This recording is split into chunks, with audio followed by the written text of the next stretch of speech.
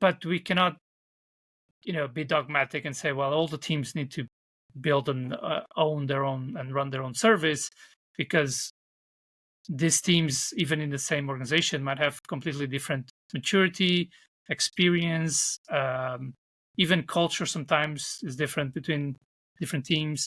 So there's an aspect of enabling that I think is important.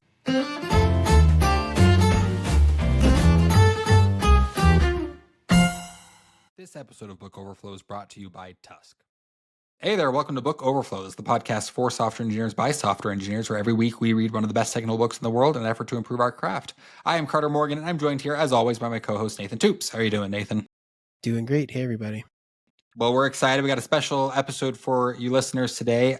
Today we interview Manuel Pais, the author of Team Topologies. And that is one name I won't butcher, as I commonly do on this podcast, because we chatted for it at the beginning, but Manuel is Portuguese, and I speak a little bit of Portuguese, so I actually know how to pronounce that one. Either way, absolutely fantastic interview. We're really excited for you guys to listen to it. You want to give them a sneak peek, Nathan? What can they expect? Yeah, so we read the first edition, as has everyone who's not maybe the author and the editor right now, of Team Topologies. But Team Topologies second edition comes out in September, and we were able to get a little quick peek at what's going to be in it and the things that he's excited about. Also, what he's learned since the book came out in 2019. I had a little bit of technical difficulties at the beginning of this episode, so I apologize. We don't know what it's exactly going to look like yet. Hopefully I freeze on a really funny face or something. But I'm in Costa Rica. A big rainstorm came through right before we started the episode, and it is now very calm, so there's nothing to worry about. Yeah. When I know that feeling well, when I used to live in Orlando. At any rate, we're excited for this interview. This is Manuel Pais as he reflects on his book, Team Topologies. Well, thanks for joining us, Manuel. We're so pleased to have you on the podcast. Thanks for having me. It's a pleasure. Well, we love Team Topologies. We read it a couple months ago, and we're excited to talk to you more about it, and also about the upcoming second edition, which is coming out in September, late September for all of our listeners. But while we're talking about Team Topologies and I guess the origins of it, maybe could you just describe to us maybe what the software engineering industry was like at the time you decided to write it, and I guess what about it prompted you to write Team Topologies? For sure. So actually, before Team Topologies, there was something still exists today called DevOps Topologies. So this is something my co-author Matthew Skelton started around 2013. So this was, let's say, at the pinnacle or almost of DevOps enthusiasm, and a lot of companies trying to figure out, what does this mean? What should we do? And he created this kind of patterns and anti-patterns for different ways we could organize around the ideas of DevOps, whether you would have, actual development and operations teams separate, and then you should have, a lot of collaboration to figure out how we're going to work better together, and other patterns and anti-patterns at the time. And this got a lot of traction around 2014, 15, 16. And me and Matthew were working together with different customers, essentially to help them adopt DevOps and continuous delivery. So yes, this was at a time when those practices were becoming more mainstream, if you like. And a lot of customers wanted help to, set up their deployment pipelines and automate some infrastructure and stuff like that. Things that we sort of take for granted today in 2025, but 10 years ago was not the case. But effectively, what me and Matthew were seeing in these different customers was that, yes, the tools can help, and better practices, and obviously more collaboration between teams, figuring out how do we work better together. Obviously, that all helps. But then we were seeing a lot of anti-patterns in the way that, especially in larger customers, the way that teams interacted or didn't interact, or how there were unclear responsibilities and expectations from different teams. People not knowing, okay, who can help me with this specific problem that I have.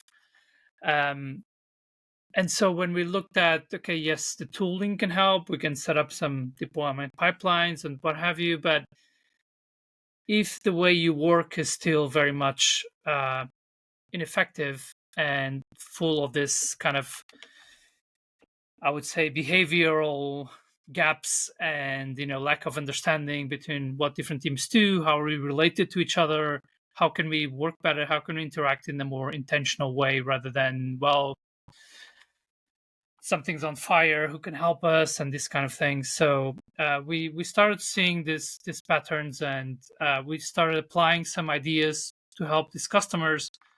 And eventually, these ideas were kind of forming and maturing in our heads. And then we said it's probably the right time to write an actual book. So Team Topologies then expands. It still starts from the point of view of software delivery and operations, because that was our background, and it is. But the book already kind of expands beyond DevOps and just generally speaking, what are different kind of teams we might need to have to innovate, to adopt new practices, to have better flow of work when you need to involve multiple teams and all that. Sorry for the long-winded answer. No worries. Our listeners are plenty used to hearing Nathan and I talk, and so they love when the authors come on, and we're going to hear from them instead.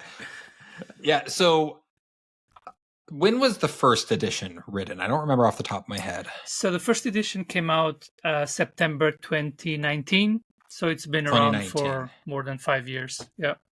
Okay. Well, Team Topologies is one of the books that we read it because it was recommended by so many of our authors. So many of them kind of cited it as a seminal in their computer science understanding. And so you write that. I mean, I guess I would have assumed it had been around longer than that, just because, again, of how many people recommended it to us. So it obviously took great hold of the industry. But then now 6 years later, you're writing a second edition.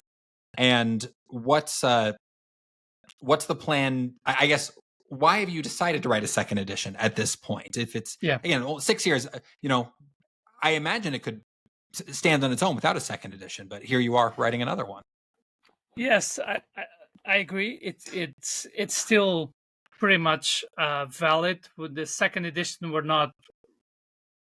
there is maybe one correction that we're making, which is about platforms and platform grouping, which we can go into more detail if you like. But essentially, like you said, the book got picked up very quickly, and we were honored to see some of the people we admire kind of recommending the book. Like, it's kind of crazy. Like, people like Martin Fowler wrote a blog post about it. Someone like James Lewis, who has been at the forefront of the whole microservices movement, and so people that we reference in the book are now recommending the book. And essentially, the reason for the second edition was that there were a couple of things. One was that in the first edition, obviously, Team Topologies didn't exist, so we have case studies that are fairly specific. Hey, here's how one company applied this specific pattern. Here's how this company applied this other pattern. But now, after 5 years and kind of the success the book had, we have actual case studies from large companies that show we actually adopted, I would say, maybe not the whole of Team Topologies, because that's not even the point. It's not a framework that they're saying you should do all these steps or what have you. But essentially, they adopted many of the ideas from Team Topologies with great success. And we thought it was a good time to bring those case studies out to the public. We publish them on our website as well, as much as we can. But in a second edition, it's just the exposure is bigger. So people will find there in the second edition, case studies from different industries, from different countries around the world, different sizes as well. But you have some big companies like KFC, for example, that I think everyone will recognize. ING Bank, which is a very big bank here, especially in Europe, although they're across the world. And so different examples of how this ideas actually helped these companies in a fairly short time. So obviously the first edition was 5 years ago, and a lot of this case studies were within a timeline of 2-3 years. They could already see return on investment, improved metrics, whatever they were looking at. Some of the case studies are focused more on the actual software delivery metrics, going faster, having less incidents, and so on. Others were actually focused more on increasing employee engagement, which is really nice, which means not just the ideas in team topologies and how to organize for fast flow, also helps people feel more motivated and engaged in the work they do. I think essentially because the way we think as authors, but also the ideas in the book are very much aligned with intrinsic motivators.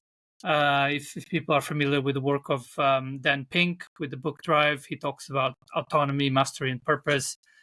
I believe sincerely that if you really adopt the ideas from team topologies in general, or we haven't seen any case where people afterwards didn't feel more engaged or more motivated. So that was one of the main reasons, was to bring the case studies to the second edition, so people can have more reference points, and they can see, okay, this company of this size, which is maybe similar to what we do, they were able to apply these ideas, get some interesting insights. There were things in the case studies that I think neither me or Matthew ever thought about, and then we were reading it. Okay, this is pretty cool. And then in the second edition, we also have a new foreword and a new afterword, where the foreword is kind of going through our journey this last 5-6 years, and kind of obviously there are some misunderstandings sometimes. There are things that maybe we should have been clear in the first edition.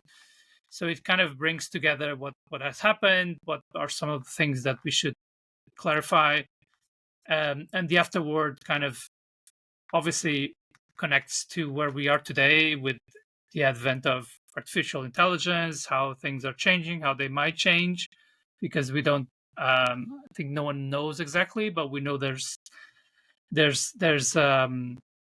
important changes that are happening and will happen, and that will have probably a strong impact on how we organize and how we interact as well as teams, as individuals, etc.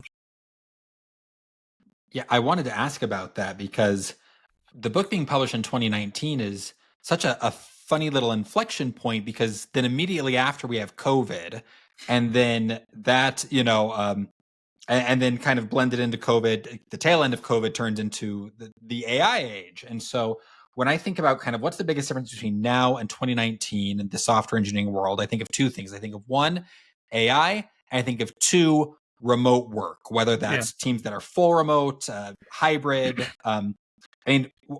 I guess maybe we can tackle them one at a time.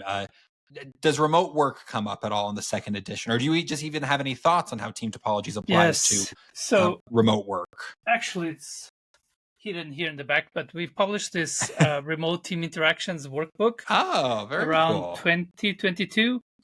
It's very, very thin. Is kind of trying to be as practical as possible. So this was around the time of COVID, or after the main crisis, let's say, and essentially we're trying to help organizations think in a remote first way, and provide some techniques to think about how do trust boundaries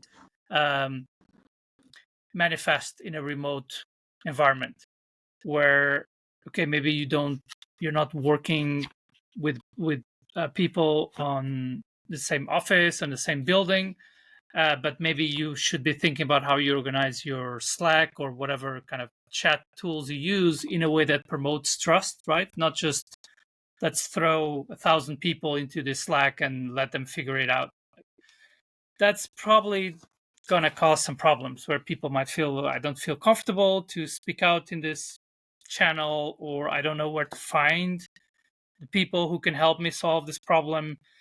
Things that were already difficult in an office that even become more difficult when and obviously there are all these stories of people who joined the company and left the company without ever meeting face to face any of their colleagues. That kind of stuff starts happening. And so that was the point of this book. Like, there's not, I would say, fundamental difference, but we need to think about the same kind of concerns, like trust boundaries. How do we interact in a better way, even if we are working remotely? It's just the medium, I would say, is a bit different. But I would say, actually, if you look at this workbook and you work, let's say, full time in the same office, I would say all of these things still make sense, actually. So it's not specific to remote, but it's helpful when you're remote, especially organizations that never did that before. And as you might remember, a lot of organizations were very quick to move to remote, and they thought it was just a matter of having tooling in place and providing access and stuff. But then it's a lot about the behaviors, interactions between people, right? No, absolutely. I definitely saw some companies either that I worked at or had friends worked at where it was just kind of that idea of like, well, we'll just all not go back to the office and business as usual, right? But from our homes. And well, I'll have to give that remote interactions workbook a try, because I've thought about that a lot with remote work, that there are a lot of kind of informal interactions you get out of being in an office that you have to formalize once you're remote. Yep.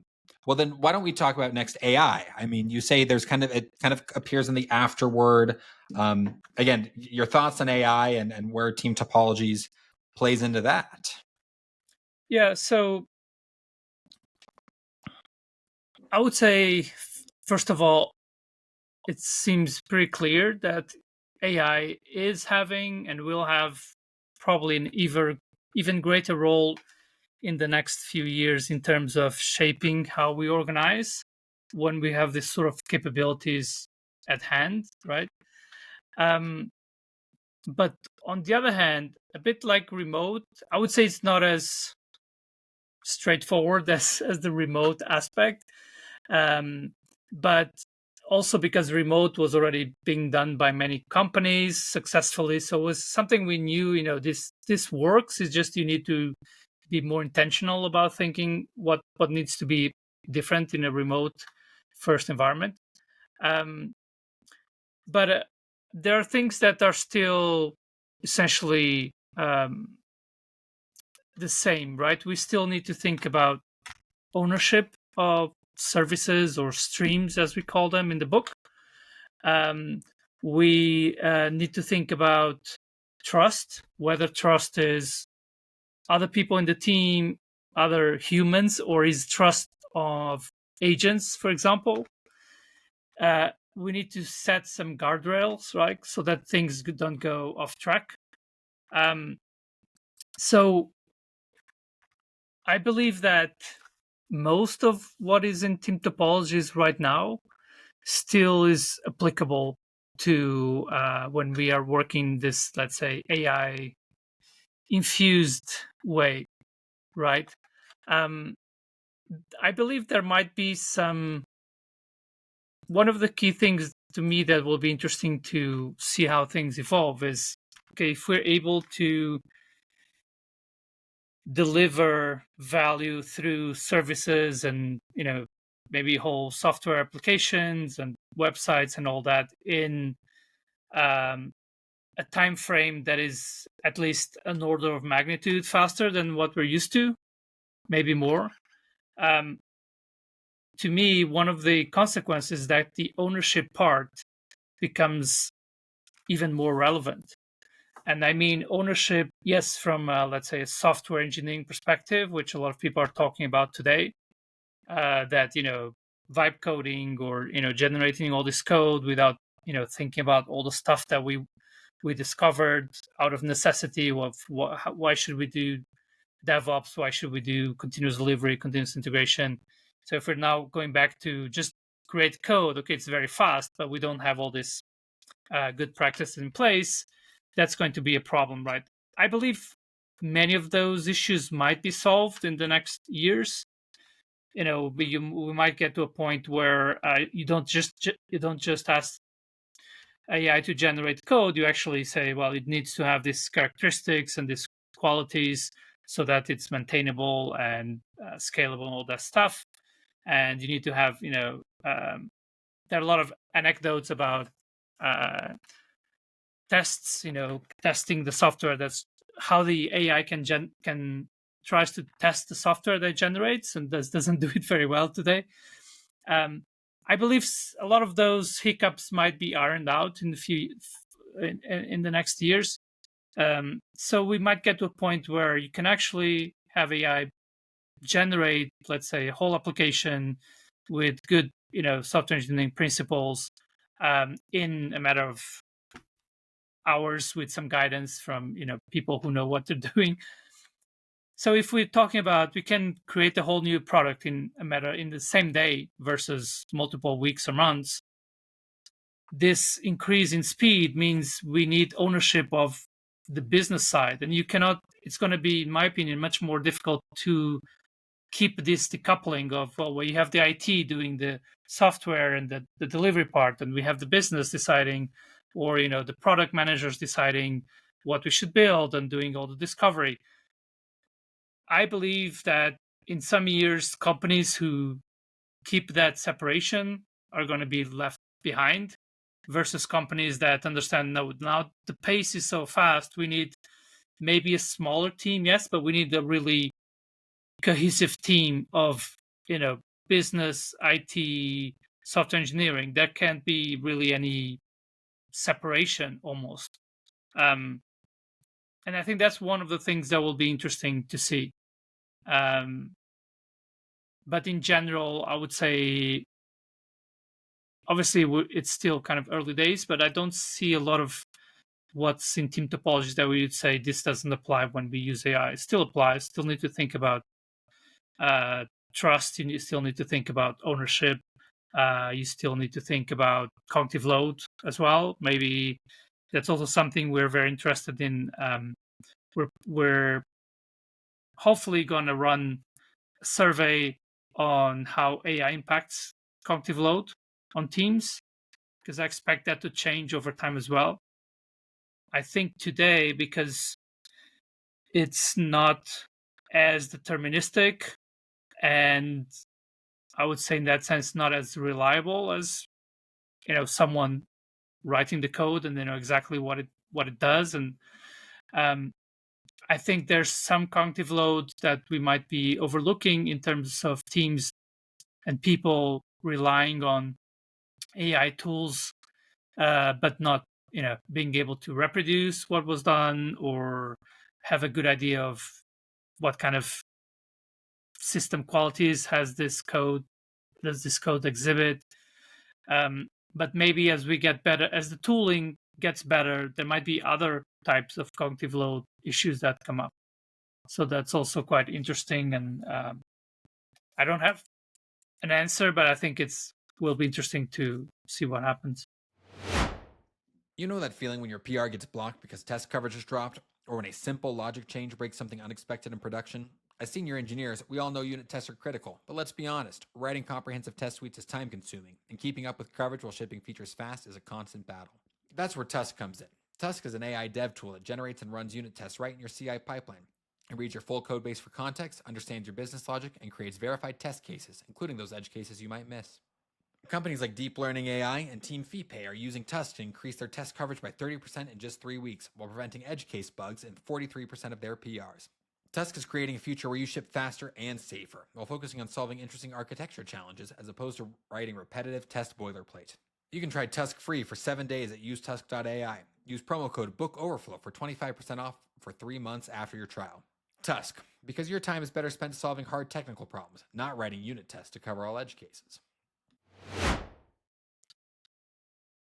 We came across your book a couple of times. I think it was we had several different folks from ThoughtWorks who would come on, and we would talk about the inverse Conway maneuver, and they would kind of chuckle and they'd be like, "Well, you really need to read Team Topologies." Like they would just tell us this several times, and we finally got around to reading it, and we understood why this was the recommendation. A couple of thoughts that came up, and I know that you talked about case studies. I would love to know an example of maybe the worst team structure you've ever run into. And then I would love a follow up of maybe a company that you have a team structure that you really admire. All right. Worst example in terms of mismatch with kind of intended architecture and stuff like that. It's a good one. Obviously, the bad examples, you don't want to name names. I mean, one thing that's interesting. So with Conway's Law, and maybe your readers are familiar, but we're talking about kind of this force that mirrors the way we're organized and what we're able to build into our systems, the way we're able to build systems. So the inverse Conway maneuver is if we can take advantage of this to kind of think about what is the target system and then organize or rearrange so that we're more closely aligned with the target architecture, that's going to make things simpler or easier, right? So there's also sometimes a bit of maybe misunderstanding or taking Conway's Law too literally. The point is that if we're not aware of it, similar to other things we talk about in the book, if you're not aware of trust boundaries in groups, and if you're not aware of Conway's Law, you might be finding it difficult to deliver some kind of application or system or innovate, because you don't realize that the way you organize is playing against your objectives. And what I find funny about Conway's Law is also that it applies even when you're, let's say, not actually in teams that are not necessarily building software, not for the end customer, right? So we did have one client at the time where they had one team that was responsible for tooling around continuous delivery. So they built their own system internally, and they were quite proud of it, even though a lot of teams complained about it.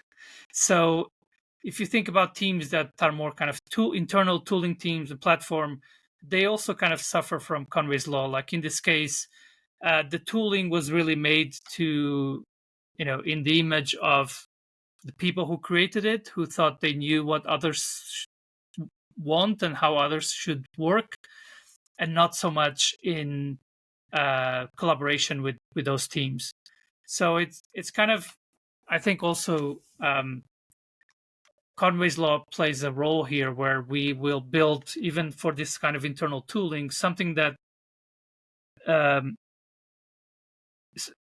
kind of mirrors what we know that around us, what is closer to us. And especially in large organization, that becomes a problem, because you might be building stuff that works for it works for Nathan and Carter, because, I see them very often. So I talk to them and we have coffee and I know what problems they have, but I never talk to the teams in India or somewhere else that also are going to need to use this tool. So that's kind of also Conway's Law, that the communication structures, even the informal ones, are promoting what these few people or few teams need, and we're not having a good picture of what the organization or the departments that we should be working for actually need. So that was one pretty bad example. There were other bad things happening there. A good example that is, I guess, in a way also related to Conway's Law, but one of the case studies in the second edition is it's a fairly small company in Norway called Capra Consulting. It's an IT consulting company, around 100 people. But they have this very humanistic view of their people and the work they do. And yes, they're still making money at the end of the day. That's still one of the goals. But they realized when they were growing, they started with, they had like 30, 40 people. And then when they grew, essentially doubling the staff, they realized that the management group was becoming a bottleneck. because now you had to scale the management, and they didn't want to introduce new layers of management, right? Because what you would normally do is, okay, now we have um, C-level, we're going to introduce some heads of different departments or VPs or what have you. And they didn't want to go that way because they knew that's just going to create more um, levels of hierarchy. It's going to create more kind of indirection and lack of autonomy in people. So they really wanted to promote that every employee had a voice and they could express and say, we should do this and we should do that, and have the ability to at least convey their ideas and contribute. Obviously, not doesn't mean that everyone gets to do whatever they think they should do, but they can contribute and they can try to rally other people around their kind of idea initiative. So essentially, in their case, they looked at team topologies not so much in terms of accelerating software delivery or something like that. It was really to, okay, this looks like we can get to a more network-based type of organization with less management levels. And they really went full kind of decentralized. And I'm not saying this is something that, every company should do, but at their scale and the kind of culture they had, it made sense because people essentially join kind of the teams that they feel they can help or they're interested to, sometimes just to learn. Like I'm going to help with the recruitment team just because I want to learn a bit about how do we become better recruiters, interviewers, or you want to join the sales team so you can be better at sales, even if you have an IT background. So that's a really, really cool case study from Capra that's in the second edition. And they really got some good results and some challenges, because when you try to decentralize everything, of course there are misalignments happening.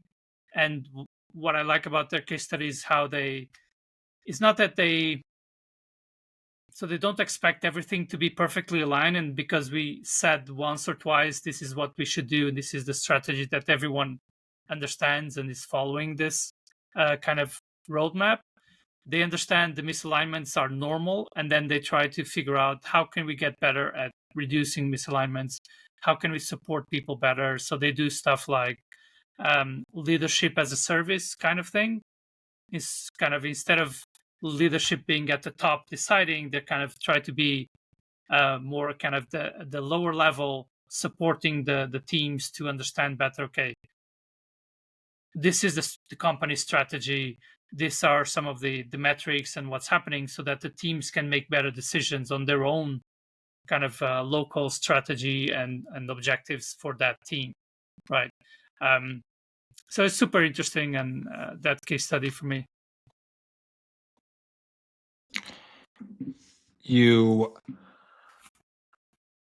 So with you said that was an interesting case study that came out of the second book. Were there any case studies that you found surprising, or maybe did you see anyone try to implement team topologies in a surprising way? I guess I'm curious with these new case studies, like were they people who had read team topologies before and familiar with your work, or was this just completely new people? And I'm curious if you saw anyone maybe implement the book in a surprising way. Yeah, I would say so. Almost all of these 10 new case studies we were not involved at all. We just heard about it and we talked to the people. Except the ING Bank, we did a little bit of kind of training and initial awareness, but we were not really involved with the implementation. I'm trying to think of the case studies. We did a bit of work with Telenet, which is a big telecom in Belgium, in Europe, and that was it basically. So in terms of interesting things that, I would say two of the case studies that I think they're interesting stuff in all of them, but I'm biased, but two kind of things that caught my attention. One is a company called Yes Sir, which is, they call a super app. So they're actually, their market is in North Africa. And so it's an app for started with ride sharing, like Uber and Bolt, but in their their own market. And then they have also food delivery, and they have some kind of kind of C2C financial services kind of thing. And they were again also like startup in a growth stage, kind of becoming a scale up. They were growing from 40-50 people to around 400 people, I think. And which is kind of an interesting thing, this startup to scale up transformation. I see a lot of mistakes, in my opinion, in that transformation, where companies start trying to imitate, like, what do big companies do? Well, let's do what like they do and have separate technology from product and from other areas. But anyway, so Yassir did something different. They said they looked at team topologies. Often the pattern we've seen is that there are some people in the organization that are very switched on, and they look at team topologies and say, okay, this can help us address the challenges that we have. It's not necessarily kind of a top-down thing where CEO or someone at that level decides and then it gets implemented top-down. It tends to be more, yes, people at kind of some kind of executive level, but not necessarily at the most senior management. They look at these ideas and then they bring it into the organization. We've seen that quite a lot. And so one specific thing Yassir did that surprised me, because I hadn't thought about it, but it makes a lot of sense after you hear it, is that when they were going through this bigger transformation and they were trying to figure out, they had problems with coupling of different teams working in the same mobile app, obviously, creating conflict sometimes or bottlenecks. And so they were adopting kind of the team types from team topologies and trying to have more kind of clear streams so that teams could be more independent. But the way they did that was in a very, I would say, kind of agile way.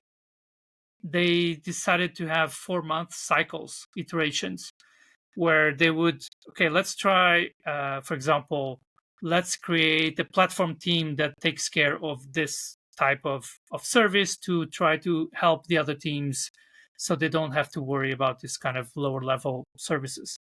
They would, make that decision, implement, so you would have this new team, they would start working on this new service, and then after 3 months they would be looking at, okay, what has happened so far, what were the results, do we see an improvement or not, and then adjust based on that feedback, and then start another 4-month cycle.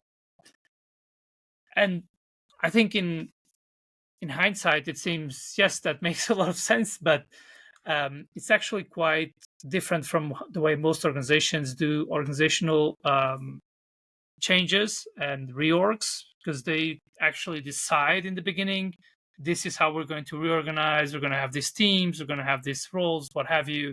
And then they think, okay, now it's just a matter of implementing, executing, right, for the next 12, 18 months, what have you. And it shouldn't be a surprise that after 18 months, things haven't improved nearly as much as we expected, right? Because there's got to we got to have learning in the process. And that's what was interesting about Yassir. They actually had this time box, basically, cycles to make sure we have the learning and we understand, is this helping or not? So that was one pretty cool thing. The other one was in Telenet, that telecom operator in Belgium. So they're one of the biggest operators. So they're not a huge company, but fairly big, at least for European standards. And they got to a point where there were so many couplings and dependencies between teams and departments that they said it was just a nightmare to try to get anything new out the door.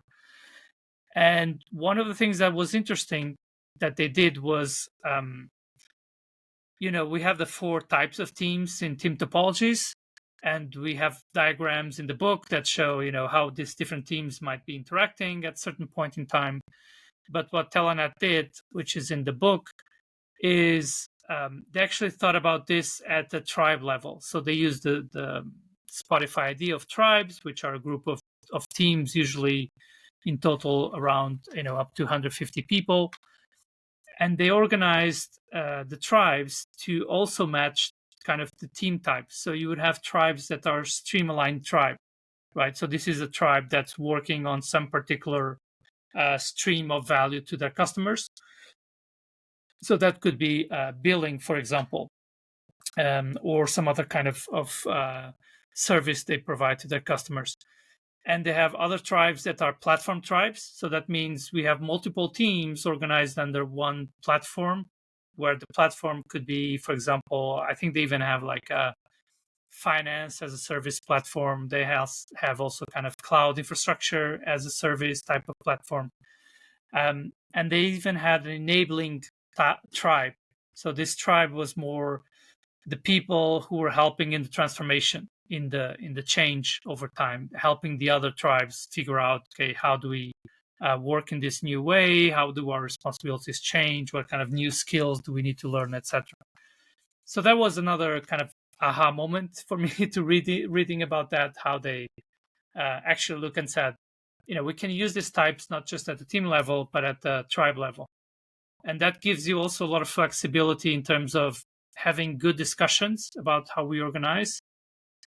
And that's a cool thing about kind of the diagrams we use, is that, for example, we might be looking at the team level, and there's this platform providing some kind of cloud services. And for the purpose of discussion, you don't care really at that point what are those specific cloud services. We just know we're using this.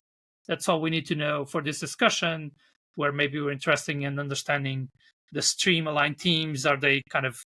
Is there a lot of dependencies, or are they fairly independent? What can we do to change? Or are they lacking some capabilities in order to be more independent, and so on? And so you can use these different levels of abstraction to have better discussions, right? We don't need to discuss every time what are the platform services. That's something that is sort of a black box at this point. Or the opposite. We don't need to discuss what are the streamlined teams right now. We need to understand, are the platform services helping? Are they kind of the right services? Are we missing something? And so on. And that in the Telenet example, they use that at the tribe level, right? We don't need to, for the kind of the big transformation they went through, they didn't need to discuss, team by team. They just want to know, yes, there's this tribe that takes care of billing. That makes sense. There's this tribe that takes care of, some other product or system. That makes sense as well. Are there many dependencies between these two tribes or not? Because there's always going to be some dependencies. What we want to understand, are those going to be blocking the flow of value to our customers or not? Or they're just, things that happen now and then that we can live with.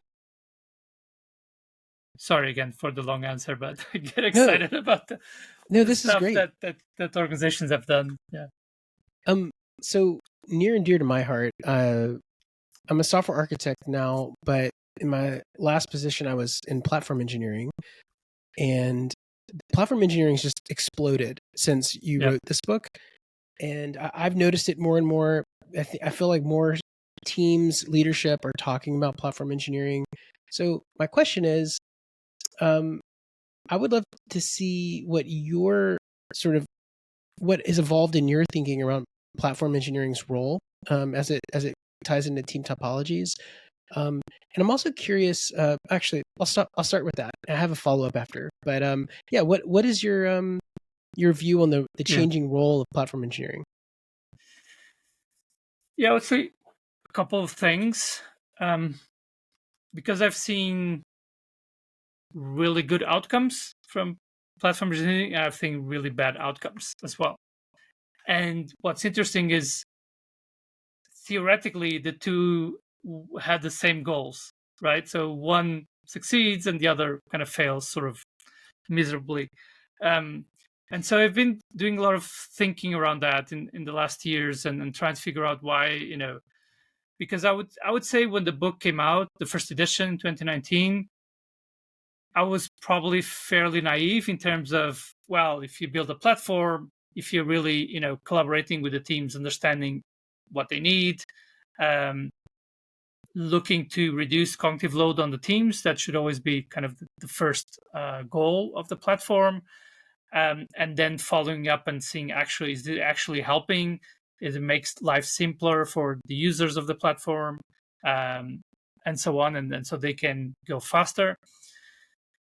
But reality is more complicated than that, because if you work in an organization, there are different stakeholders, different perspectives on what the value of the platform is.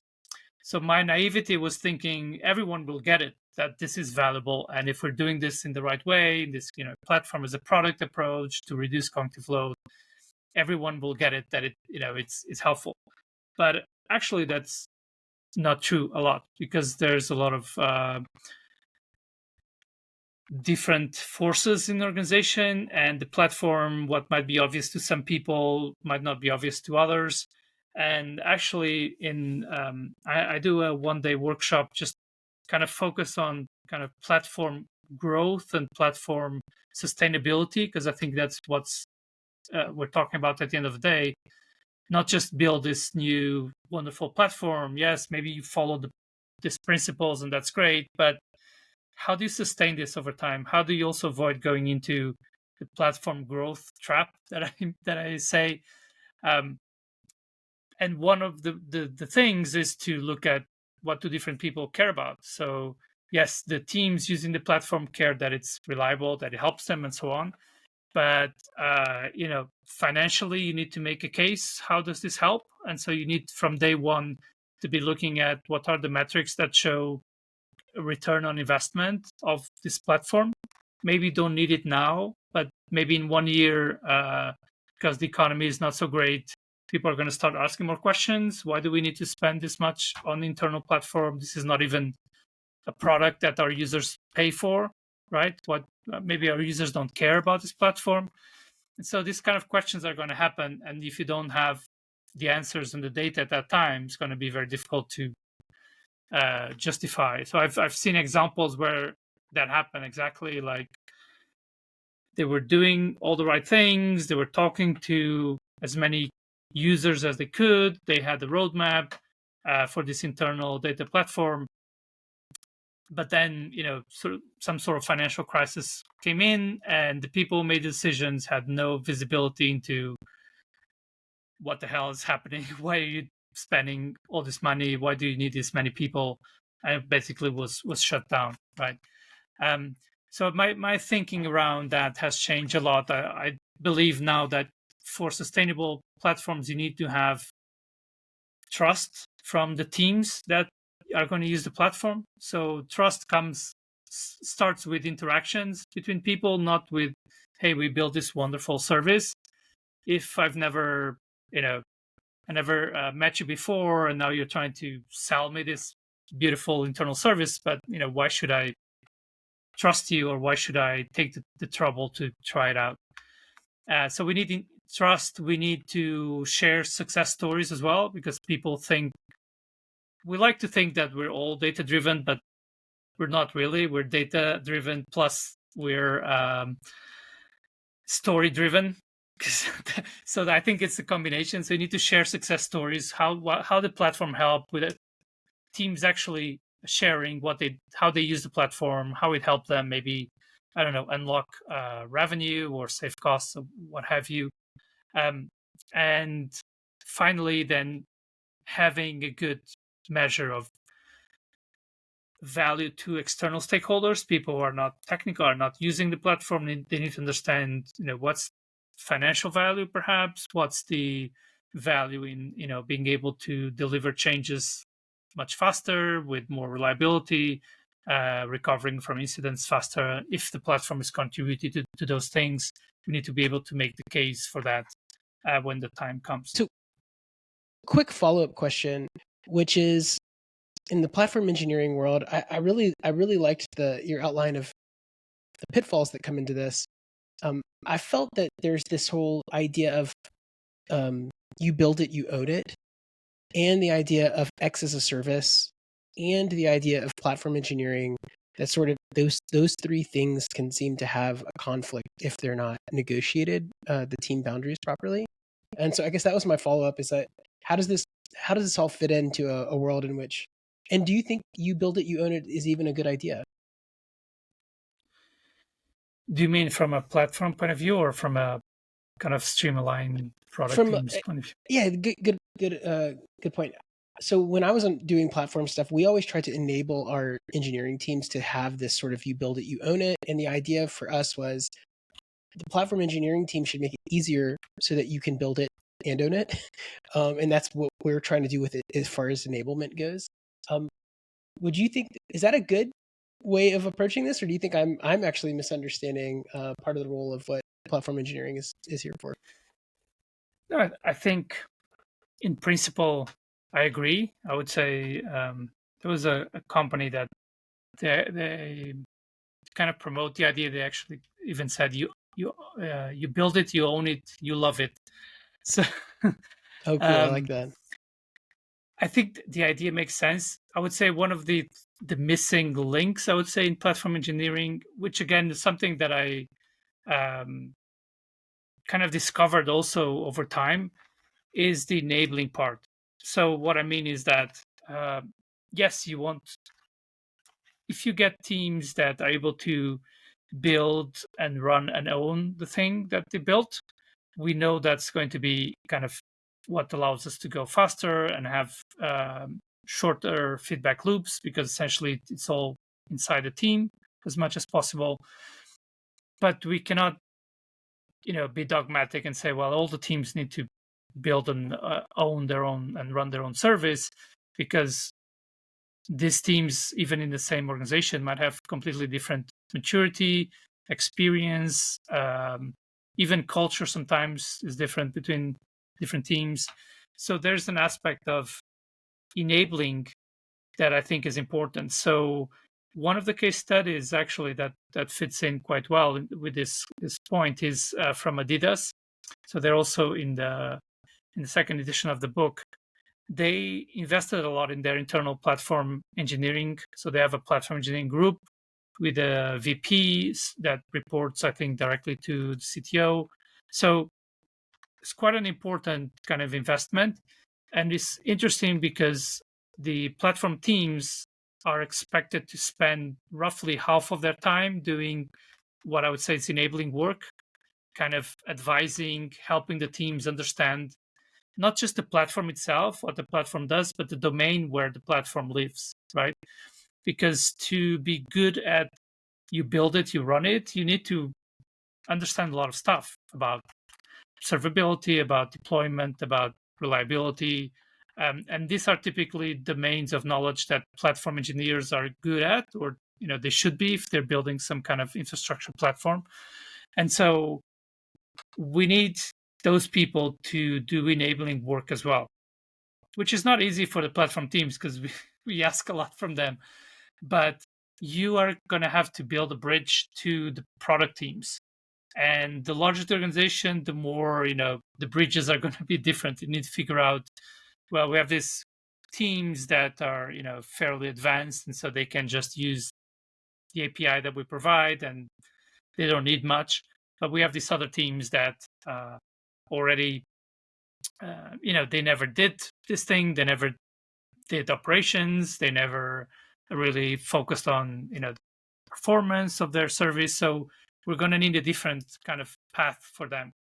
And that was another of kind of my maybe enlightenment moments since the book came out, was like, actually, in the book, we actually say the platform teams should alternate between collaboration to figure out what to build and why, and X as a service when we have built something that's stable and mature enough to be consumed by other people.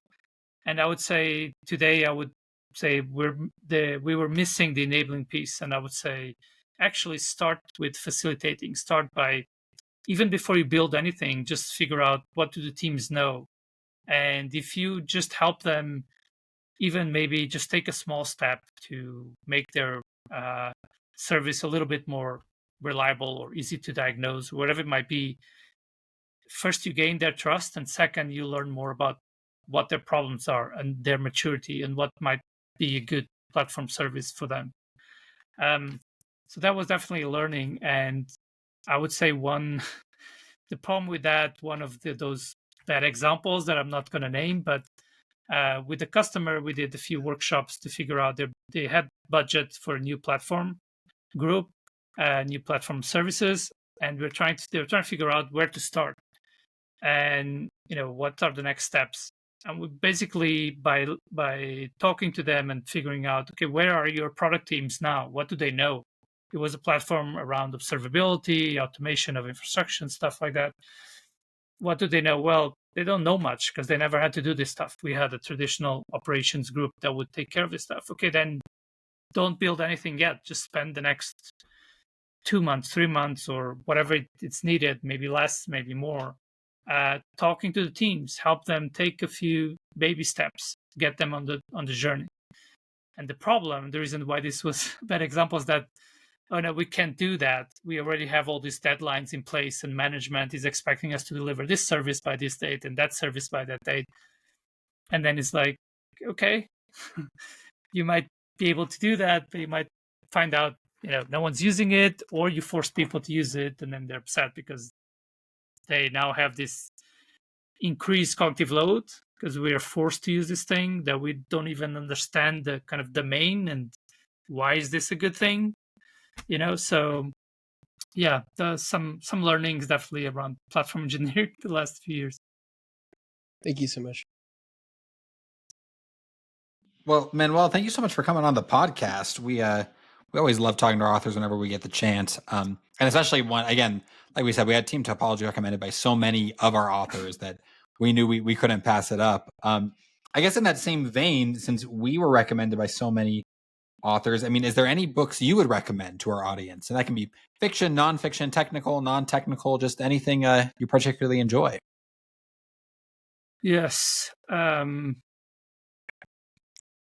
obviously, there are kind of the classics from IT Revolution, which is the same publisher as us, but the Phoenix Project, for me, that was like a big, at the time, mind-breaking book. I hadn't read The Goal at the time, so it was fairly new. And then there's, the Unicorn Project and DevOps Handbook, all great books. There's also a book called Flow Engineering from IT Revolution. That's from Steve Pereira and Andrew Davies. I think it's really good in combination with Team Topologies, which I tend to think in that way. Like I'm thinking how the books complement each other. And Flow Engineering gives some really good practical advice when you want to go deeper into understanding, okay, how is flow happening in our organization? How do we map this out and stuff like that? There's a book coming out kind of at the same time as our second edition from Suzanne Kaiser. She has done a lot of work around how do you use team topologies, domain-driven design, and wordly mapping together, because at the end, these different things are quite closely related. Even with our customers, sometimes they're starting by me team topologies. We want to reorganize and go faster. And you start talking to them and you're like, okay, maybe you need to have a better picture of your strategy as well. Why are you building this stuff? And what is kind of the landscape? So wordly mapping might help with that. Or maybe, you haven't really thought about your domains well enough. You just have this big ball of mud or big application. So you probably need to do some work on the architecture side as well, and kind of the mapping of business domains and your systems, etc.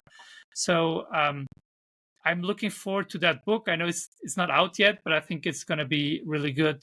Suzanne has done a lot of talks, and she's a good friend of ours, and she's super clever. And I think that book is I see it as team topologies and these other approaches on steroids, because you get a kind of much bigger potential impact by combining these things, these different approaches that make sense and give you a holistic view of architecture, organizational structures, strategy, and so on.